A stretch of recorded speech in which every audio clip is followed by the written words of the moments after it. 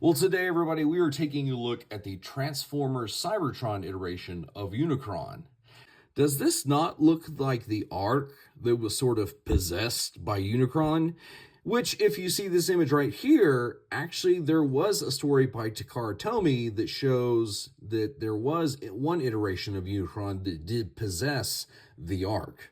But you can definitely see some of the strong Unicronian details, like there's the maw right there, and then of course here's the traditional horns you would see, and these bits, while on his planet mode, would form the rings. And you can see over here where my thumb is, that's actually the radar dish. He's got this kind of mini machine gun over here, and then of course the big tank cannon bits.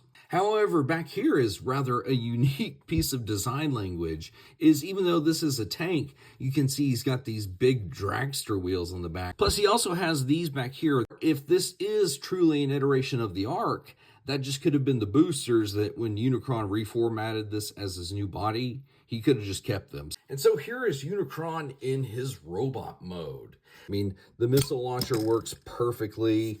One feature that you can use in both robot and tank mode is if you take his Cyber Planet key here, like that, it goes ahead and opens a chest blaster this guy has. Because that's not the only thing that harkens back to his Armada self. If you look at the detailing on both of his shoulders, they kept that design language.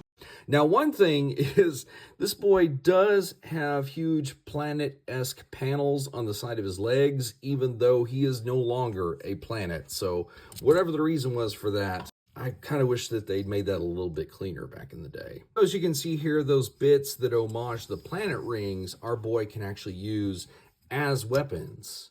Now, what's interesting about this figure is that he served as part of the inspiration, along with the Unicron cultist from the comic books, as the inspiration for the Herald of Unicron figure that's going to be coming out. So anyway, I see a lot of the design cues on this guy that maybe got slightly recycled into that retool of Megatronus. But overall, I don't think it's as distinct as this guy right here. Plus, he just looks very threatening with his claw weapons. You can imagine all the weird powers that Unicron might possess if he was in a, smaller form like this. Which a lot of people will use this as more like a drone of Unicron as opposed to the guy himself. So I totally understand that. But yeah, this Cybertron version of Unicron is one I've actually been wanting to get for a while. And he's pretty sick. So overall, it is an odd version of Unicron, but if you like one that's a little bit different than your average planet eater, well then, here you go.